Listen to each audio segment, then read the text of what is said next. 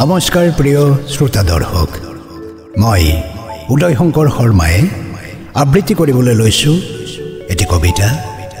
শিৰোনাম ফুটপাথ কবি আলপনা শৰ্মা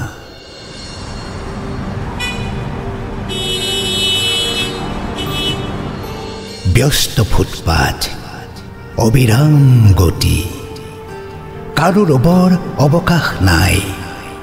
সময় থমকি নৰয় যেন বিৰত দুবৰীৰ যাত্ৰা কবা কবিকৈ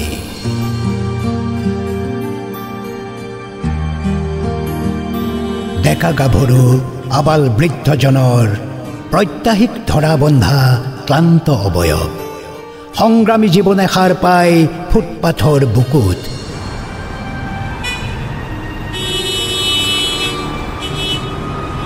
হাতত ভিক্ষাৰ পাত্ৰ লৈ ফুৰা পংগু মানুহবোৰ অন্ধজনৰ বিষাদ ভৰা সেই গীতৰ কলিবোৰ আৰু সেই ভ্ৰমবকি ফুৰা মহিলাগৰাকীৰ আবাসভূমি এই ফুটপাথতে এনেদৰে দৰিদ্ৰতাৰ মাজত পৰি ৰয় দুখৰ জীৱন গাথা সিহঁতবোৰৰ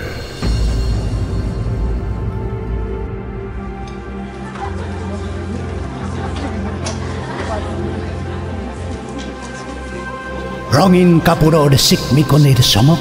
এই ফুটপাথতে সুলভ মূল্যত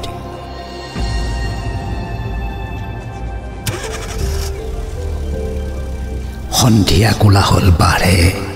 মোৰ আড্ডাত শাৰী শাৰী শীতাপ নিয়ন্ত্ৰিত বিলাসী বাহনৰ ভিতৰত নাগৰিকৰ অলস জীৱন আৰু বাইকৰ ওপৰত ডেকা ল'ৰাৰ অসমাপ্ত কথাৰ আলাপ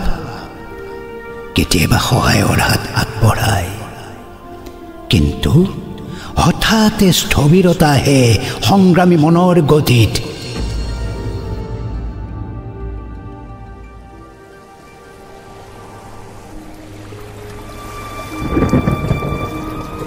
বৃষ্টিৰ প্লাৱনে যেতিয়া ভাঙি থৈ যায়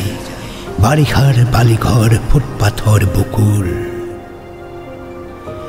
জীৱনৰ ৰংবোৰৰ কি যে এক অদ্ভুত সংমিশ্ৰণ এয়া হাতত কলম লৈ ময়ো যে পৰিশ্ৰান্ত কৰি যাওঁ সহ সংগ্ৰাম নহওঁ যে ক্লান্ত